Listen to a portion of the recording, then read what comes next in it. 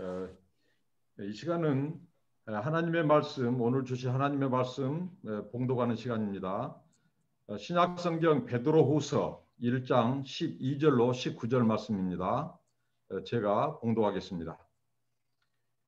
그러므로 너희가 이것을 알고 이미 있는 진리에 서 있으나 내가 항상 너희에게 생각나려 하려 하노라.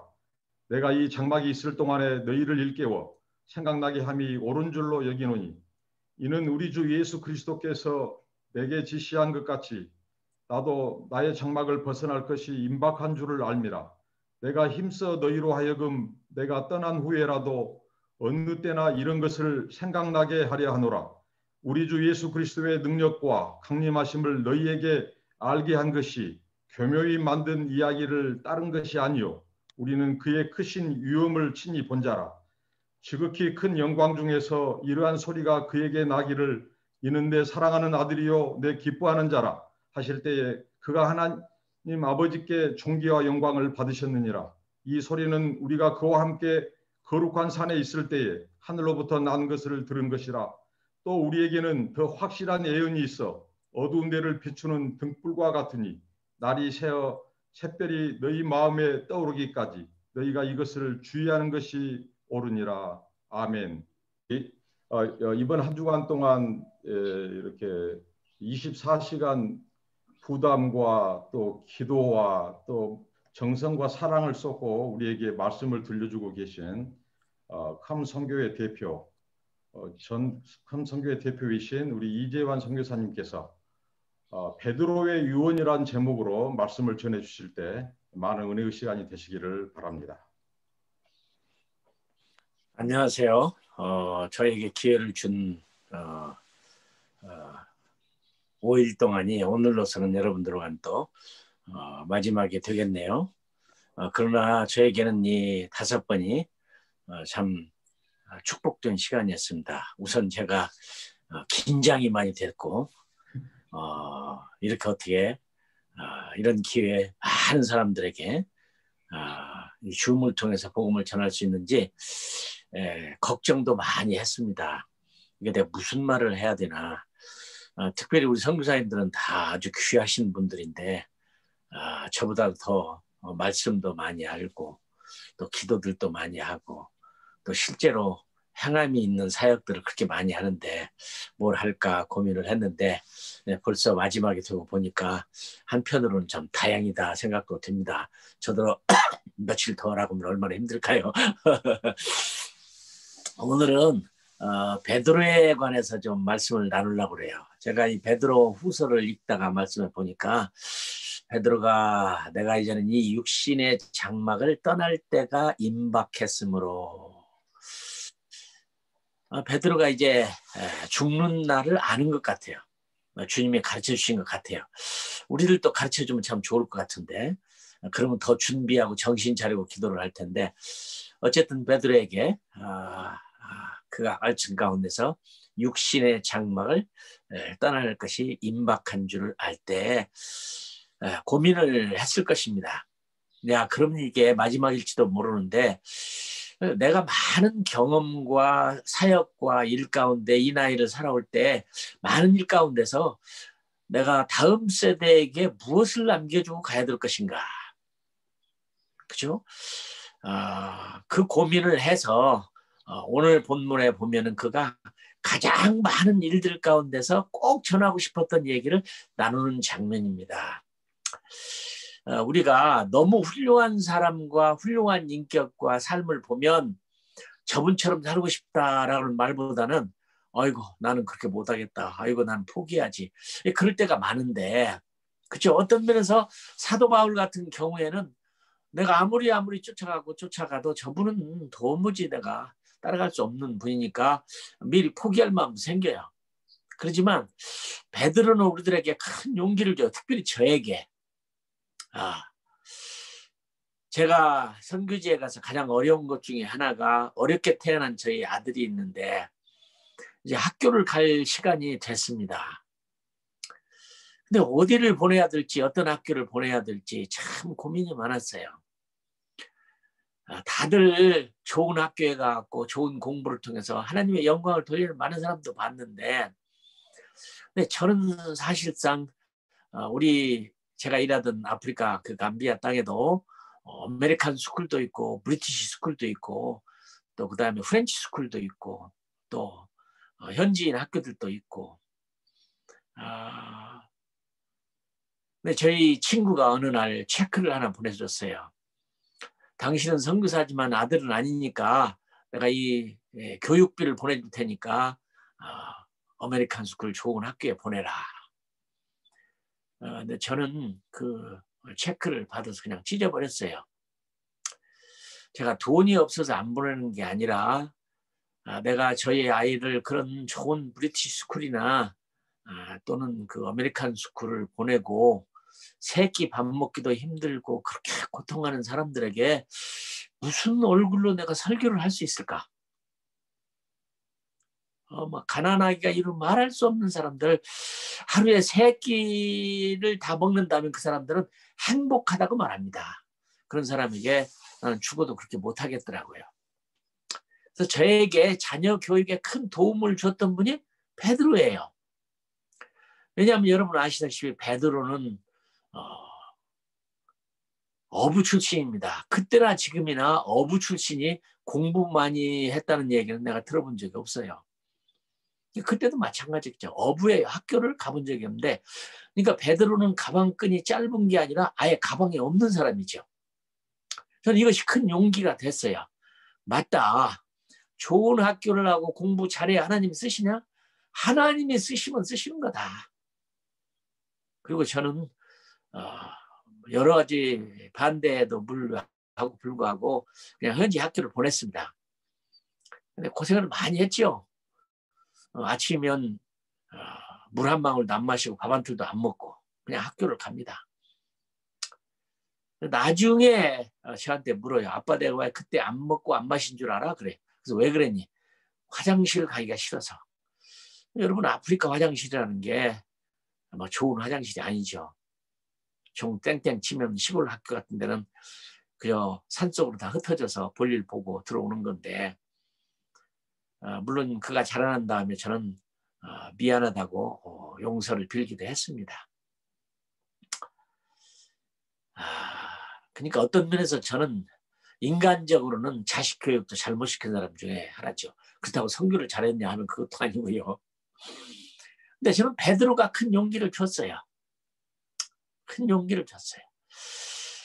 그 다음에 우리가 믿음을 따라 산다고 하지만 주님 앞에 실수하고 죄 짓는 일이 얼마나 많아요. 예수님을 부인하되 3번씩을 부인한, 철저하게 3번씩 부인하고 닭이 오는 경험을 했던 이 베드로를 우리 같은 심정이에요. 그럼에도 불구하고 하나님이 그를 찾아가서 다시 회복을 시켜서 너무 멋진 하나님의 사람을 만든 것을 보면 희망이 보여요. 이렇게 하나님을 멋지게 그냥 3번씩 철저하게 부인해도 이렇게 멋진 사람이 될 수 있구나. 이 세상에서 인간으로서 무리를 걸어본 사람은 베드로밖에 없죠. 예수님 빼놓고. 어떻게 무리를 걸어요? 이런 자연을 깨는 파국적 사건을 경험한 사람이 베드로예요. 그러나 무리를 걸을 때 금방 의심해서 물속에 또 빠져버리는 베드로를 보면서 저는 큰 용기가 돼요. 야, 나도 마찬가지다.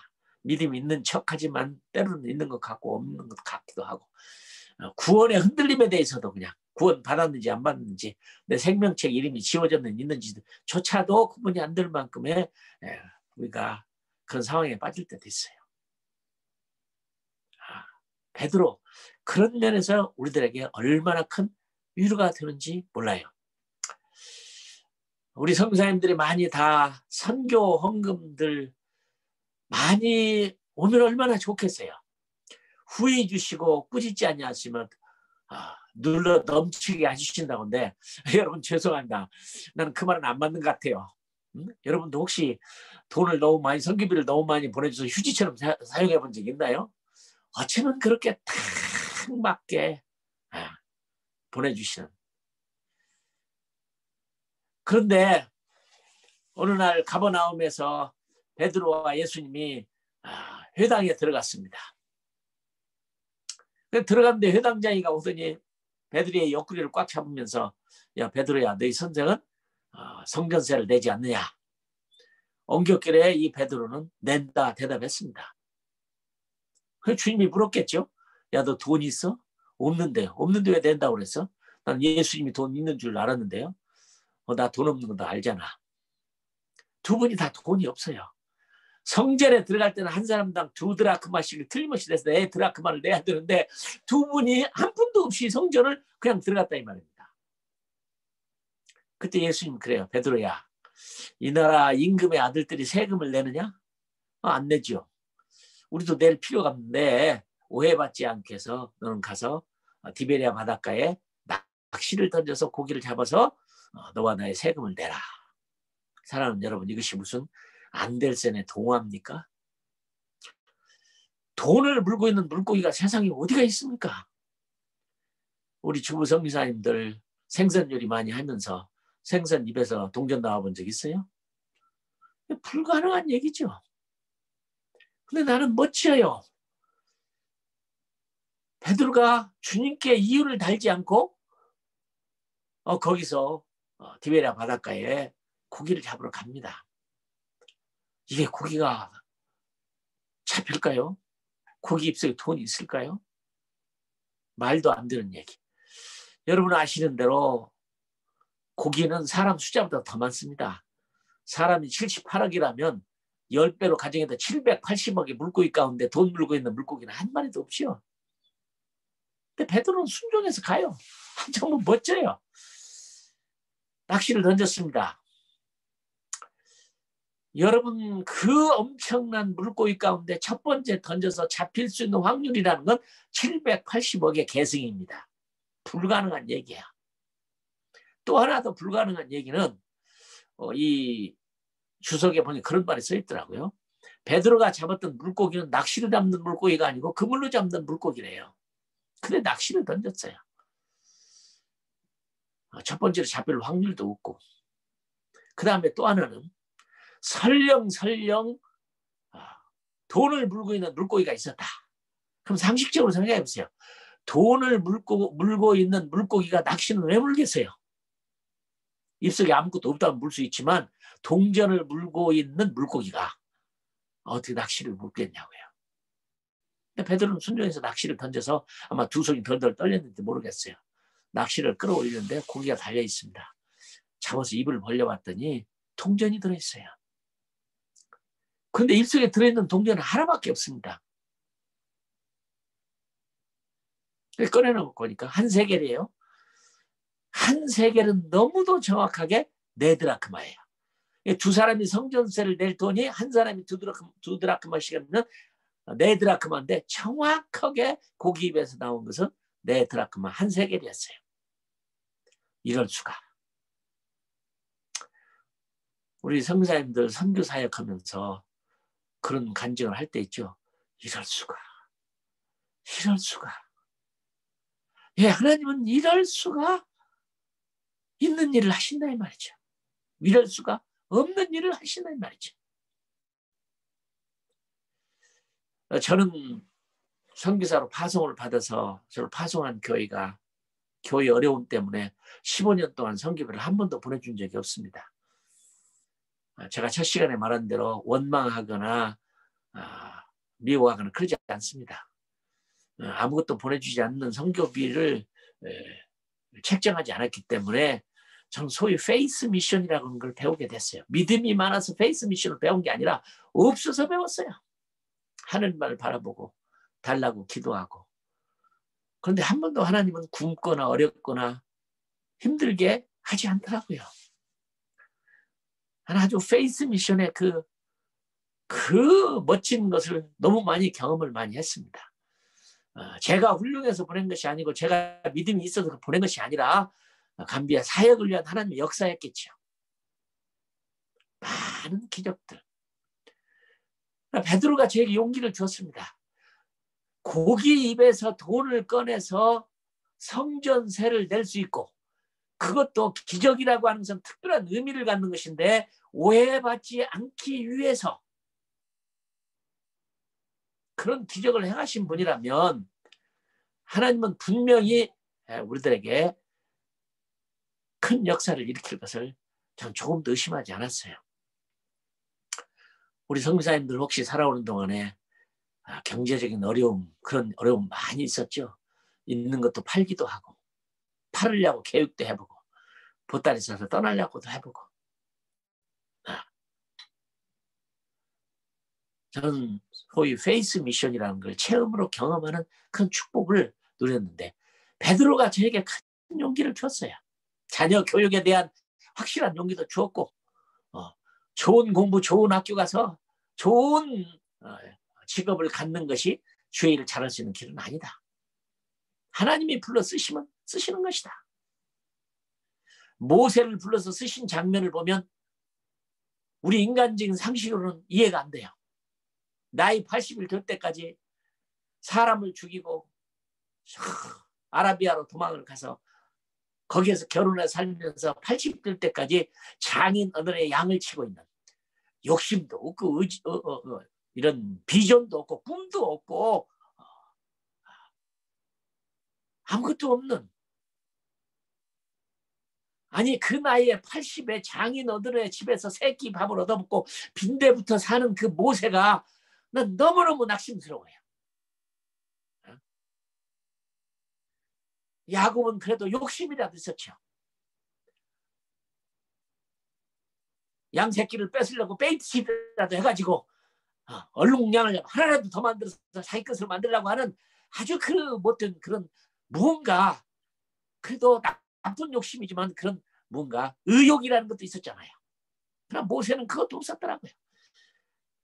큰 기적을 베풀어주고 음성을 들려주고 신발을 벗게 하고 손에 문둥병이 바라게 하고 손에 집어서 낫게 하기도 하고 지팡이를 던지니 뱀이 되고 잡으니 다시 지팡이가 되는, 이 정도의 기적을 베풀면 누구도 거절할 수 없는데 그런 모세를 사용하신 우리 하나님, 저는 베드로에게도 그걸 발견했어요. 무리를 걷기는 했지만 의심하는 도로 빠져버리는. 어느 날 사람들이 묻습니다. 하는 얘기를 예수님 묻습니다. 야, 세상 사람들이 나를 누구라 하느냐? 너무나도 선지자라, 선지자 중에 한 분이라, 훌륭한 선생님이라, 베드로야 너는 나를 누구라 하느냐? 주는 그리스도요 살아계신 하나님의 아들입니다. 여러분, 이 말씀을 통해서 천국 열쇠를 받았잖아요. 정말 멋있어요. 학교를 가본 적도 없고 아예 가방 끈도 없는 그가 어떻게 이렇게 멋진 말을, 이렇게 멋진 말. 주님도 너무너무 놀라서 네가 한 말은 네가 스스로 한 말이 아니라 하늘의 아버지께서 주시지 않으면 그런 말을 할 수 없습니다. 내게 천국의 열쇠를 주리라. 그때 부른 말씀이 바요나 시모나. 나는 그 말에 참 재미가 있어요. 왜 주님이 갑자기 아버지를 들먹이면서 요나의 아들 베드로야, 바요나, 바는 아들이란 말이죠. 바요나 시모나, 네가 어떻게 그런 말을 했느냐. 또 재미있는 것은 사실은 요나의 이 베드로의 아버지는 요나가 아닙니다. 요한입니다. 아마도 이 베드로의 아버지가 별명이 요나였지 않겠느냐, 일반적으로 요나라고 불렸지 않겠느냐라고 생각을 합니다. 주님이 말한 그렇게 많은 표적 가운데 사람들이 질문할 때 내가 너에게 보여줄 표적은 요나의 표적밖에 없다고 하는 기독교의 핵심이 되고 선교의 핵심이 되는 너무 중요한 요나서. 요나서는 구약의 선교 서신이고 오늘날 우리들에게 똑같이 적용될 수 있는 너무 멋진 서신입니다. 그게 예수님인데 그 멋진 대답을 한 베드로에게 주님께서 바요나 시모나, 그 요나의 아들인 그렇게 귀중한 큰 선지자 중에 선지자가 요나인데 그 선지자보다 내가 더 큰 자라고 했는데 그 주님께서 요나의 아들 베드로야. 이 모형학에 의미를 주는 어떤 큰 모형학의 아주 귀중한 것을 발견하게 됩니다. 참 굉장한 사람이에요. 저에게 또한 큰 용기를 또 한 번 주었던 것은 그가 어느 날 성전에 아침에 기도하러 올라갑니다. 성전 안진뱅이가 앉아있다가 무언가를 얻으려고 베드로를 바라보겠는데 베드로가 가서 이렇게 얘기합니다. 미안하다. 나는 은도 없고 금도 없다. 내게 있는 것으로 내게 주노니 나사렛 예수의 이름으로 일어나 걸어라. 톨스토이가 이런 말을 할 수 있겠습니까? 셰익스피어가 이런 말을 할 수 있겠습니까? 브리테니카 사전을 다 짜깁기를 해서 눌러서 기름을 짠다고 해도 브리테니카 사전이 이 말을 만들어낼 수 있겠습니까? 나는 은도 없고 금도 없다. 그러나 내게 있는 것으로 내게 주노니 나사렛 예수의 이름으로 일어나 걸어라. 학교도 가보지 못하고 고기 잡던 무식한 사람이 이렇게 누구도 할 수 없는, 인류 누구도 할 수 없는 더 멋진, 저는 이 말씀 때문에 고민을 많이 했어요. 저는 은도 있고 금도 있고 돈도 있고, 그러나 베드로는 은도 없고 금도 없고 너에게 줄 한 푼도 없다. 돈이 없이 살았으니까요. 그러나 내게 있는 것으로 내게 주노니 나사렛 예수의 이름으로 일어나 걸어라. 이건 너무너무도 멋지고 아름답고 감동적이고 황홀하고, 아마 성경 가운데서도 멋있는 장면을 들라고 하면은 이 장면이 아니었을까 생각을 합니다. 이 안진뱅이가 손을 잡고 일어났을 때, 와, 그렇게 들어가고 싶던 성전으로 뛰어서 가면서 걸어갔겠어요. 얼마나 행복하고 감격스럽고 그런 멋진 일을 한 사람이 고기 잡던 어부 베드로입니다. 저에게는 항상 큰 용기가 됐어요. 사도행전 10장에 보면 이건 이해할 수 없는 일이 있어요. 어느 날 피장이 시몬의 집에서 머물고 있고 옥상에 올라가서 기도를 하는데 배가 고팠습니다. 그러면서 기도하고 있을 때 하늘에서 보자기 같은 것이 내려오면서 베드로야, 너 배고프지? 내가 먹을 것을 내려보내니까 잡아서 먹어라. 하나님의 음성입니다. 그리고 보자기가 내려왔습니다. 너무너무 현실적입니다. 하늘에서 보자기가 내려왔어요.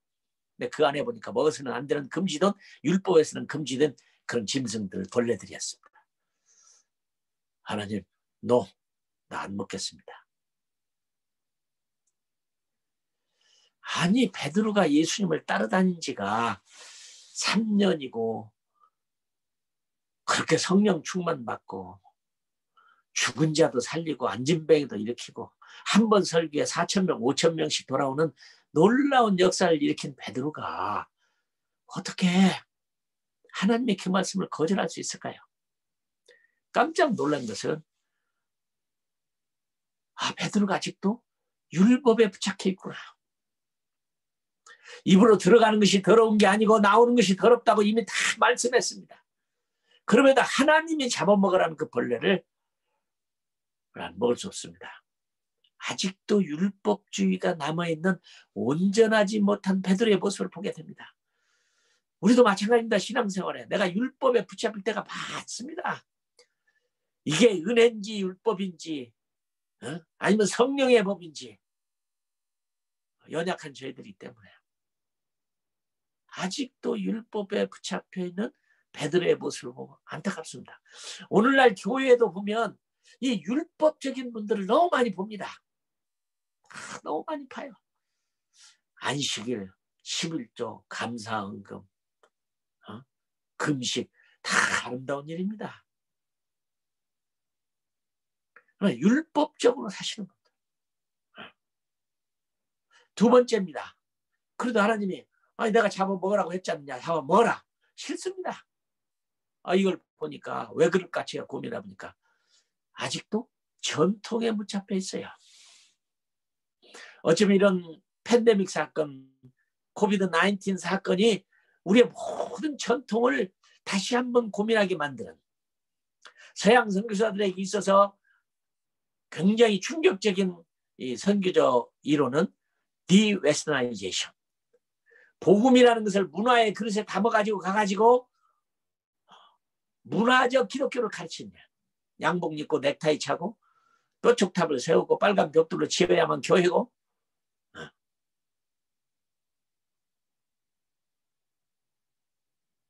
그런 의식적이고 형식적인 것에 많이 붙잡혀 있는 이 전통적인 얘기.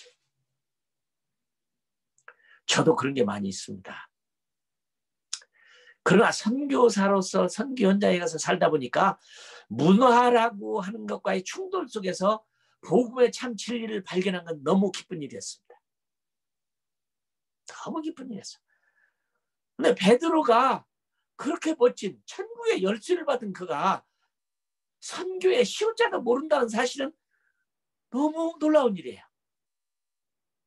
그 환상으로 보여준 그 의미는 선교를 가르쳐주는 일인데 아주 전통에 붙잡혀 있는 것 때문에 참 진리의 자유함을 못 누리고 있어요. 세 번째입니다. 내가 깨끗게 한 것을 더럽다 하지 말고 잡아먹어라. 여러분, 적어도 하나님의 음성이 3번씩 내려올 때는 여러분 다 순종하시겠죠. 그게 설령 독약이라도 마시겠죠. 베드로는 안 마신 이유를 보니까 고집이에요. 아집이에요. 교만이에요. 율법, 전통, 고집, 이것은 결코 하나님의 의를 이루지 못합니다. 저도 아직도 제 자아와 싸움을 하고 있습니다. 아직도 부끄럽고 뼈대가 강하고 어리석고 목이 곧은 것들이 참 많습니다. 뜻을 알면서도 순종하지 못하고. 그때 그 보자기는 하늘로 올라가 버렸죠. 남아있는 건 고민밖에 없었겠죠. 주님, 이게 무슨 뜻입니까? 누가 너를 찾아볼 텐데 그 사람 따라가라. 고넬료의 집에 갔죠. 고넬료가 아니었다면 베드로가 선교의 눈을 떴을까요? 오늘의 본문 말씀 베드로 전후서를 쓸 수 있었을까요? 그럼 결국 고넬료를 만나면서 마치 선교적 거듭남이 일어났다고 봐요. 각 나라 중에 여호와를 경외하는 줄을 받으시는 줄을 내가 깨달았도다. 저는 선교는 깨달음이라고 생각합니다. 하나님 성사님들, 선교는 우리의 인생의 목적이 아닙니다. 선교는 방법일 뿐입니다. 하나님의 나라를 이 땅에 오게 하는, 하나님의 백성들을 구원하고 그 아버지의 뜻을 이루는 방법일 뿐이지 목적은 아니죠. 목적이 무엇인지를 잃어버린 선교는 방법에다 목적을 두고 살면 망가지는 거죠. 그날 밤에 베드로는 수많은 사람에게 세례를 주고, 우리와 같은 성령을 받았으니 내가 물로 세례 주면 누가 그 말이요. 그리고 그런 세례를 주었고 예루살렘의 교회를 혁명을 일으키는 일에 주동적인 인물이 됩니다. 누구는 그러더라고요. 베드로도 못 깨달은 선교, 나도 못 깨달은 거 당연한 거 아니겠습니까? 아니죠. 베드로는 못 깨달았어도 우리는 깨달아야 되겠죠. 선교를 통해서 오는 하나님 나라.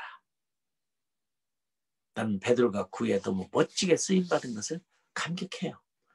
사도행전 10장에 가기 전에 고넬료를 만나지 않았더라면 그런 선교의 변혁이 없었을 건데, 그 전장에 보면 죽은 다비다를 살리기도 합니다. 하나님처럼 능력이 있어요. 죽은 자를 살려요. 누가 그러더라고요. 선교지 가서 성공적인 선교하는 방법은 간단하다. 죽은 사람 몇 사람만 살려봐라. 굉장하겠죠. 저는 이런 일이 일어나려고 믿습니다. 나는 우리 선교사님들을 통해서 정말 죽은 자들이 벌떡벌떡 일어나는 역사. 제가 남미의 과테말라에 가서 죽은 자 한 사람을 살림으로 말미암아 큰 부흥이 일어나서 한 종족이 93% 돌아온 걸 봤습니다. 상여를 메고 묻으러 가는데 주님이 가서 죽은 자를 살리라고 해서 상여를 내리게 만들고 관을 열고 죽은 자에 일어나라고 일어났어요. 하나님 하실 수 있습니다. 참 멋진 장면입니다. 베드로의 얘기는 한없이 많아요. 많아요. 저에게는 말할 수 없는 큰 용기와 도전과, 또 하나는 제가 베드로 전서를 읽으면서 놀라운 것은 그런 고기 잡는 어부 출신입니다. 상식적으로도 부족한 게 참 많이 있었는데 이렇게 말을 합니다. 아버지가 거룩하니 너희도 거룩하라. 이렇게 못나고 연약하고 과격하고 성질 급하고 문제가 많았던 베드로지만 가장 성화된 인물이 있다면 난 베드로를 꼽고 싶어요. 아버지가 거룩하니 너희도 거룩하라. 대단한 인물입니다. 구약에서는 가장 성화된 인물로 꼽으라면 야곱을 꼽듯이 신약 성경에도 꼽으라면 베드로가 그 주인공이라고 생각을 합니다. 그런데 오늘 베드로가 죽음을 앞에 두는 것입니다. 내가 이 육신의 장막이 떠나는 것이 임박한 줄을 알거냐. 뭔가를 남기고 싶고 가는 것입니다. 유언입니다. 나는 아주 흥미스럽게 바라봤습니다. 이분이 이렇게 많은 기적과 놀라운 역사와 천국의 열쇠와 성령 충만의 대표적인 인물로 한 번 설교에 수천 명씩 돌아오게 하는 이 멋진 사람이 마지막으로 남기고 갈 것이 무엇일까? 오늘 베드로후서 마지막 장에 육신의 장막을 떠나면서 남기고 가는 거, 아주 흥미스럽게 말씀을 살펴보는데 이렇게 얘기합니다. 뭔가를 내가 남기주고 가고 내가 엎드려도 계속해서 이것이 기억나서 이것을 신앙의 기본으로 삼고 이것을 가지고 멋지게 주님이 살기를 원한다는 의미에서 남기는데, 그 내용이 봤더니 주께서 강림하신 경험한 얘기인데 변화산의 얘기를 하십니다. 물 위로 걸은 얘기도 아닙니다. 천국의 열쇠를 받은 얘기도 아니에요. 물고기 입에서 동전을 꺼내서 세금을 낸 얘기도 아니고 죽은 자를 살렸던 얘기도 아니라 마지막으로 유언처럼 우리가 꼭 기억되기를 바라는 마음은, 첫째는 내가 전하는 이것을 절대로 잊어버리지 말아라. 이것은 내가 현장에 있었고 눈으로 본 바요, 귀로 들은 바요, 내가 억지로 만든 것이 전혀 아니다. 멋있어요. 내가 만든 거 아니다. 억지로 만든 거 아니다. 꼭 기억했으면 좋겠다. 그 사건을 우리를 어디로 데려가느냐? 변화산으로 가는 겁니다. 변화산. 예수님이 요한, 야고보를 데리고 베드로를 데리고 변화산에 올라서 놀라운 경험을 합니다. 갑작스럽게 세상이 변하면서 예수님 입고 있던 옷들이 아주 막 하얘서 눈을 뜰 수 없을 만큼 밝고, 그런데 죽은 지가 언젠데 모세가 나타나고 엘리야가 나타나고 예수님과 대화하는 장면을 보는데 제자들은 얼마나 무서웠던지 땅에 다 엎드려서 그 장면을 못 봤어요. 근데 베드로는 대단한 사람이에요. 다 주시해서 봤습니다. 과거, 현재, 미래. 이것은 시공을 초월하는 것입니다. 하나님만이 할 수 있는 일이죠. 육신을 가지고 시공의 제한을 받고 있는 이 베드로가 모세를 볼 수 있다니요. 과거를 볼 수 있다니요. 그 다음에 천국에 이 모세가 대표로 있다는 것을 알게 됐습니다. 우리는 모세의 죽음에 대해서 구약에서 왈가왈부를 합니다. 그런데 죽은 모세가 하나님 나라에 있어요. 살아있어요. 그들 앞에 나타난 거예요. 변화산에 일어난 거예요. 시공을 초월했어요. 인간이 넘길 수 없는 이런 차원을 넘어서서 몇 차원의 세계에서 모세가 나타나고, 그 다음에 죽지 않고 육신의 몸을 입고 불병거를 타고 하늘에 올라갔던 엘리야가 나타났어요. 어떤 분은 저한테 그래요. 선교사님, 천국은 상상이죠. 무슨 말씀하십니까? 땅에 내 발이 닿아서 걷는 것처럼 걷는 것입니다. 제가 감비아 사회 갈 때 라민 칸테라고 하는 우리 형제가 있었는데요. 아주 강한 모슬렘이었습니다. 근데 어느 날 이 형제가 예수를 믿고 간증을 했는데 깜짝 놀랐어요. 선교사들과 함께 살면서 고민이 생겼어요. 기독교는 잘못된 거고 이슬람교만이 알라만이 진짜 하나님인데 저 사람들은 하나님이 사람 됐다고 하고 하나님이 사람들이 하나님을 죽였다고 하고 부활했다고 말도 안 되는 얘기. 어떻게 하나님이 신이 사람 되냐? 사람 된 신을 사람이 어떻게 죽이느냐? 이해할 수 없는 얘기. 그런데 이분 고민이 생겼어요. 선교사들로 살아보니까 선교사들이 거짓말하는 사람도 아니고 아주 신실하고 진실하고 사람을 존경하고 존중하는데 왜 저렇게 잘못된 기독교를 믿고 있을까? 어느 날 목욕을 하고 새 옷을 딱 갈아입은 다음에 코란을 갖다 놓고 무릎을 꿇고 코란 위에 손을 얹고 기도를 했습니다. 알라요, 당신 진정으로 살아있는 하나님이라면 제게 보내주세요. 보여주세요. 아무 일도 안 일어났어요. 이번에는 코란을 제치고 성경을 딱 읽은 다음에 기독교인들이 믿는 성경, 그 하나님 살아계시면 저에게 증거를 보여주세요. 그랬는데 천사가 나타났던 거예요. 그래, 내가 보여주마. 내 손을 잡아라. 손을 잡았대요. 눈을 감아라. 눈을 감았어. 근데 자기가 붕 뜨는 느낌이 들었는데 갑자기 이 발이 땅에 닿는 느낌이 들었대요. 그래서 눈을 떠라 해서 눈을 떠봤어. 맞습니다. 천국도 내가 발이 닿는 느낌이 있는 실제 현존하는 현실감이 있는 천국입니다. 천국에서 예수님을 만나고 사도 바울을 만나고 마음에시 지옥에 있다는 것을 그는 예감하고 다시 손을 잡고 내려와서 깨끗이 그리스도인 돼서 아주 멋진 설교가 됐어요.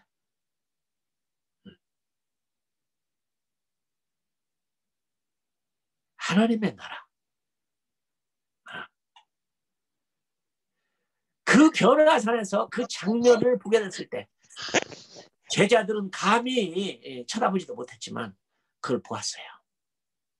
그리고 예수님이 십자가의 앞으로 못 박혀 죽는다는 정보를 얻게 됩니다. 와, 하늘의 비밀이 누설된 겁니다. 하나님이 이런 장면을 베드로에게 보여줬어요. 가장 못나고 어리석고 급하고 급진적이고 배운 것도 없고 그런 베드로에게 과거, 현재, 미래, 영원한 세계를 보여주세요. 베드로는 얼마나 놀랍던지 주여, 여기가 쳤사오니 주님이 허락하시면 여기다 초막 셋을 짓고 하나는 예수님, 하나는 모세, 하나는 엘리야, 여기서 사십시다.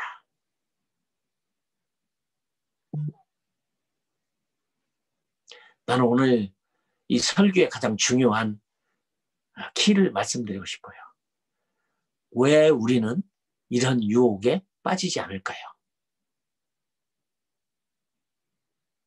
여기가 좋사오니 주님 허락하시면 보잘것없는 초막 셋이라도 짓고 하나는 예수님, 하나는 모세, 하나는 엘리야,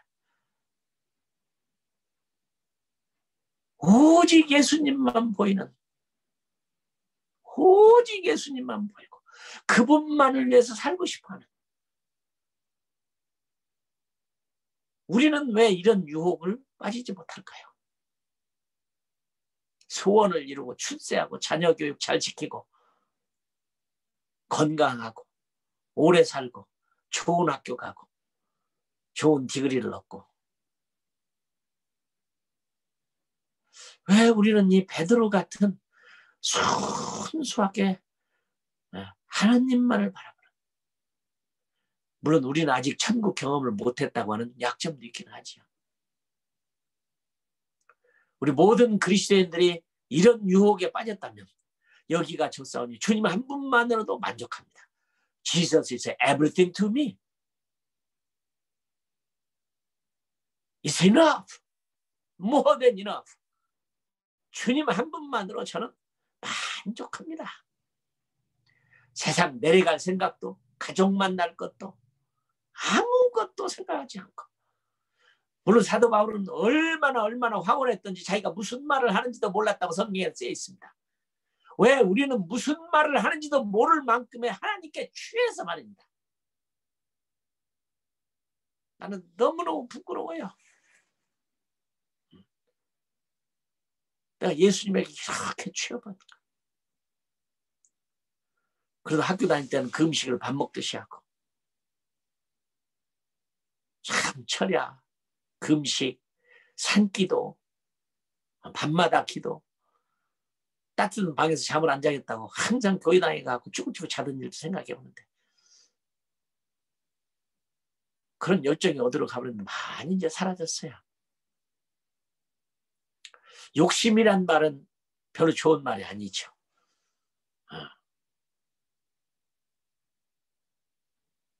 그러나 또 그 욕심을 좋은 말은 의욕이라고 그러죠. 의로운 욕심이라고.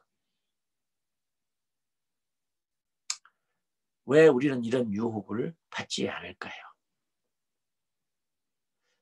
이런 멋진 베드로였기 때문에 무리도 걸었고, 죽은 자도 살렸고, 안진뱅이도 일으켰고, 고기에서 돈을 빼서 세금도 내받고, 3번씩이나 하나님을 부인했지만 주님은 찾아오셔서 다시 회복시키고 내 양을 먹이라.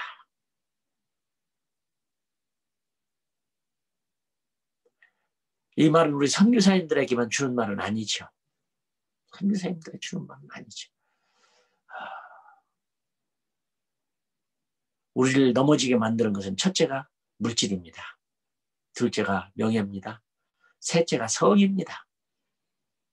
넷째가 자기를 위한 삶이다. 하나님의 영광을 훔치는 것들이죠.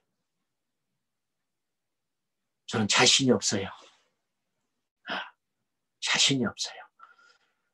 구원은 시작과 이름과 마지막으로 성취가 있는데 3가지가 다 있어야 구원이 이루어지죠.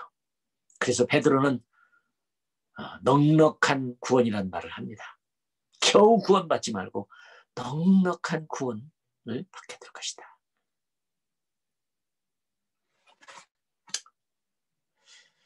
이는 우리 주 예수 그리스도께서 내게 지시한 것 같이 나도 나의 장막을 벗어날 것이 임박한 줄을 알미라. 자, 우리는 무엇을 남길까요? 참 부끄러워. 이 베드로는 무리를 걷는 사건, 안진뱅이를 일으킨 사건, 오순절의 사건, 돈가는 세금 낸 사건, 천국 열쇠를 받은 거, 죽은 다비다를 살린 얘기를 하지 않아요. 변화산의 사건입니다. 우리가 주님께 취해서 하는 말이 무엇인지도 모를 만큼 여기가 좋사오니, 지금이 좋사오니, 이대로가 좋사오니, 주여 여기다 초막샷을 짓고 감히 어떻게 주님을 위해서 풀로 된 집을 지어요. 그러나 어차피 베드로는 아무것도 없었기 때문에 풀로 짓는 집 외에는 집을 지을 수가 없어요. 우리 설교 많이 들었죠. 자기 있을 곳은 생각지도 않고.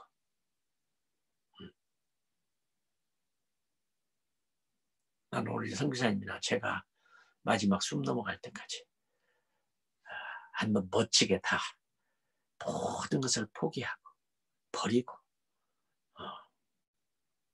욕심내지 말고 주님 이것으로 만족합니다. 감사합니다.